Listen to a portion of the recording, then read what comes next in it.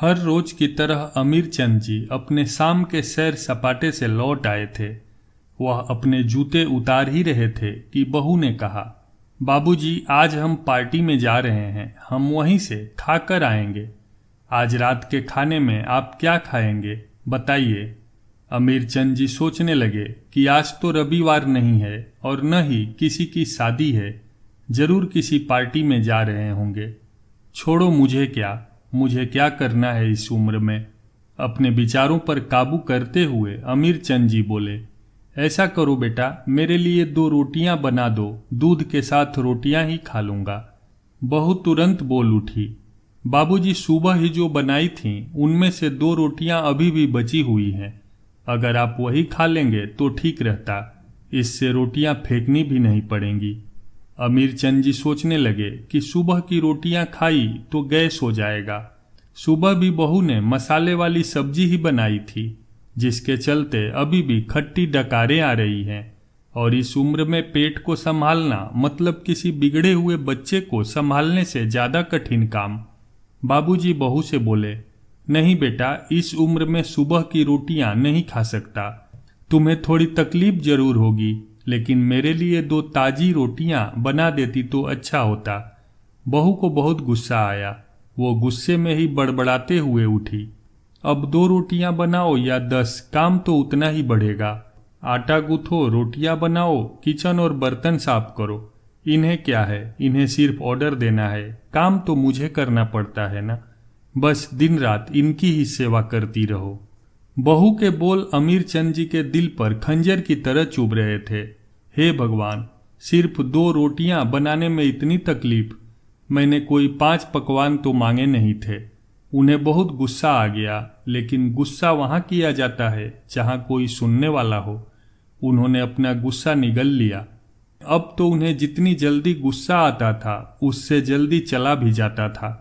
आज अमीरचंद जी को अपनी पत्नी की बहुत याद आई।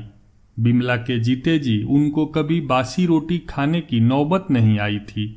उल्टा खाने में 10 चीजें और मिल जाती थीं।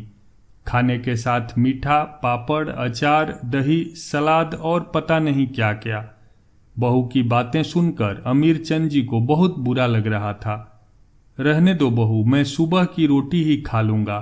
फिजूल में तुम्हें तकलीफ होगी, और वैसे भी तुम्हारे हाथों की रोटियां बहुत मुलायम होती हैं। सुबह वाली रोटी भी मुझे चलेगी। मेरी वजह से तुम लोगों को देर नहीं होनी चाहिए। ये सुनकर बहू की तो जैसे मुराद पूरी हो गई। वह अपनी आवाज मीठी करते हुए बोली, बाबूजी आप चाय लेंगे क्या? अमीरचंद जी अपने चाय पीने की इच्छा को दबाते हुए बोले, वैसे कोई खास इच्छा नहीं है चाय पीने की, मगर तुम अपने लिए बना रही हो तो मेरे लिए भी थोड़ी बना देना। हाँ बाबूजी, मैं अपने लिए बनाने वाली हूँ, आपके लिए भी बना देती हूँ। बोलकर बहू रसोई घर के अंदर चली गई। अमीरचंद जी खुद से ही बातें करने लगे, अभी तो लाखों की जायदाद है मेरे पास, यह घर भी मेरे नाम पर है और खाते में भी लाखों रुपए पड़े हैं। कभी बेटा इस बारे में बात करता है तो मैं ये बोलकर टाल देता हूँ कि मेरे बाद तेरा ही तो है सब कुछ, और फिर भी 1 कप चाय और 2 ताजी रोटियों के लिए तरसना पड़ता है, तो उन बूढ़ों का क्या होता होगा जिनके पास संपत्ति के नाम पर सिवाय पुरानी यादों के कुछ भी नहीं होता होगा। बिमला को याद करके अमीरचंद जी की आंखों में आंसू उमड़ने लगे और धीरे से गालों पर सरके। बिमला के होते हुए उन्होंने घर का कोई भी काम नहीं किया था। आर्थिक जिम्मेदारियों के अलावा उनकी और कोई जवाबदेही नहीं थी। उनके व्यापार ने भी उनका अच्छा साथ दिया था। वह भी बिमला से बहुत प्यार करते थे, लेकिन कभी जता या बता नहीं पाए। वह यह सच्चे दिल से मानते थे कि बिमला उनकी किसी पूर्व जन्मों के पुण्य का फल है, लेकिन जिंदगी की भागदौड़ में वह उसकी मन की इच्छाएं पूरी न कर सके। उन्हें वैष्णो देवी जाना था, लेकिन हर बार यह यात्रा अगले साल के लिए बढ़ जाती। घर बार और संसार की जिम्मेदारियां संभालते संभालते कब बिमला की इच्छाएं उसी के साथ चली गईं पता ही नहीं चला। अमीरचंद जी ने देखा कि उनका पोता और पोती दोनों ही स्कूल से आ गए थे। दोनों ने अपना बस्ता सोफे पर फेंका और दादाजी की तरफ दौड़कर उनके गले लगते हुए कहने लगे, चलिए न दादाजी, खेलने चलते हैं। यही निस्वार्थ प्रेम के कुछ पल थे जिनमें अमीर चंद जी भी बच्चों के साथ बच्चे बन जाते थे और अपने सारे दुख और यादें भूल जाते थे। वह कुछ बोल पाते उससे पहले ही बहू ने कहा, चलो छोड़ो दादाजी को, हमें पार्टी में जाना है, जल्दी से आकर तैयार हो जाओ, पापा भी आते ही होंगे। दोनों ही बच्चे दादाजी को छोड़ मम्मी की तरफ भागे। उनकी पोती 8 साल की थी और पोता 6 साल का। अमीर चंद जी अपनी सोच में डूबे हुए बालकनी की तरफ गए। बालकनी में धीमी और ठंडी हवा चल रही थी। बहू उनके लिए चाय बनाकर ले आई। बालकनी में रखी अपनी कुर्सी पर बैठकर अमीर चंद जी घुट घुट करके चाय पी रहे थे। पी क्या रहे थे, निगल रहे थे, क्योंकि चाय के नाम पर सिर्फ कम शक्कर वाला गर्म पानी था, न इलायची न अदरक। अमीर चंद जी मन ही मन सोचने लगे, बहू के जाने के बाद आज खुद अपने हाथों से चाय बनाऊंगा, इलायची अदरक और थोड़ी सी ज्यादा शक्कर डालकर, और उसके साथ रोटियां खा लूंगा। रोटियों की याद आते ही उनका मुंह फिर खट्टा हो गया। चाय खत्म होने पर खाली कप लेकर वह किचन में रखने गए तो वहां देखा कि बहू और बच्चों का कप धोके पड़ा था। उन्होंने भी अपना कप धोकर रख दिया और अपनी डायरी लेकर बालकनी में आ गए। बालकनी में बैठे बैठे उनकी नज़र सूखी हुई तुलसी के पौधे पर गई। उन्होंने 1 लोटा पानी लाकर उसमें डाल दिया।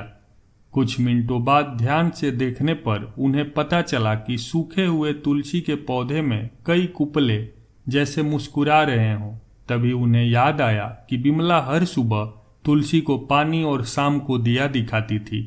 अब तो शाम को न तुलसी को न ही भगवान के मंदिर में दिया जलता है। अमीर चंद आसमान की तरफ देखकर बोले, बिमला, मुझे और इस घर को अभी तुम्हारी जरूरत थी। तुम क्यों हमें छोड़कर चली गई? तुमने मुझे धोखा दिया। तुमने हमेशा साथ रहने का वचन तोड़ दिया। तुम मुझे अकेला छोड़कर चली गई। अमीर चंद की आंखें भर आई। पापा, इतनी ठंडी हवाएं बह रही हैं और आप हैं कि बालकनी में बैठे हैं। अंदर आ जाइए, नहीं तो बीमार हो जाएंगे, बेटे ने अमीर चंद जी से कहा। बेटा, बहू और पोता पोती सब तैयार होकर पार्टी के लिए निकल रहे थे। किसी ने झूठ मूठ ही मन रखने के लिए भी उनसे नहीं पूछा कि साथ चलिए। बाबा, आप खाना खाकर जल्दी सो जाइएगा, हमें आने में जरा देर हो जाएगी। ज़्यादा देर तक जागना आपकी सेहत के लिए अच्छा नहीं है। हमारे पास घर की दूसरी चाबी है, हमारी चिंता मत कीजिए, बेटे ने जाते हुए कहा। ऐसे बोल रहे हैं जैसे मेरी सेहत की बहुत फिक्र है। कितने दिनों से बोल रहा हूं कि डॉक्टर के पास लेके चलो, बीपी बढ़ा हुआ है, शुगर भी चेक करवाना है। थोड़ा सा भी चलता हूं तो हाँफने लगता हूं। बेटा कहता है कि बुढ़ापे में यह सब तो होता ही है, ज़्यादा भ्रम मत पालिए। वाह बेटा, बूढ़े बाप के पास बैठने के लिए थोड़ा सा भी टाइम नहीं है तेरे पास, और पार्टी के लिए टाइम ही टाइम है। ऐसे अनगिनत विचार उनके दिमाग में चल रहे थे, लेकिन फिर भी उन्होंने हाँ में सिर हिलाया। सभी पार्टी में चल दिए। अमीर चंद जी हॉल में रखे कुर्सी पर आकर बैठे। खाना खाने की अभी कोई इच्छा थी नहीं, इसलिए टीवी चालू की। आज वैलेंटाइन डे था, प्यार का दिन, इसलिए टीवी पर भी उसी के बारे में दिखा रहे थे। अमीर चंद जी की नज़र पास में रखे अपने पत्नी के फ्रेम पर गई, जिसने लाल कलर की साड़ी पहन रखी थी। प्यार तो उन्होंने भी खूब किया था बिमला से, पूरी जिंदगी किया था, जी जान से किया था, लेकिन कभी बोल नहीं पाए। टीवी पर दिखा रहे थे, लोगों ने लाल कपड़े पहन रखे थे, हाथों में लाल फूलों के गुच्छे लेकर वह ग्रीटिंग कार्ड्स की खरीदारी कर रहे थे। पता नहीं अमीर चंद जी के मन में क्या आया, उन्होंने अपने पैसों का बटुआ लिया और निकल पड़े। बिमला के याद में चलते चलते वो एक आइसक्रीम पार्लर के पास पहुंचे। उनकी सांसों की गति तेज हो गई थी। आइसक्रीम पार्लर के पास एक कुर्सी पर वह आकर बैठे, तभी वहां पर एक छोटी बच्ची आई जो गुब्बारे बेच रही थी। बच्ची बोली, दादाजी गुब्बारे लोगे क्या? इतने ही बचे हैं, बिक जाएंगे तो जल्दी घर चली जाऊंगी। अमीर चंद जी ने देखा कि 10-12 रंग बिरंगे गुब्बारे थे। उन्हें याद आया कि बिमला को भी गुब्बारे बहुत पसंद थे, लेकिन अब गुब्बारे लेकर क्या करूं? उन्हें बच्ची की आंखों में सच्चाई और आशा दिखी। उन्होंने 200 रुपये दिए और सारे गुब्बारे खरीद लिए।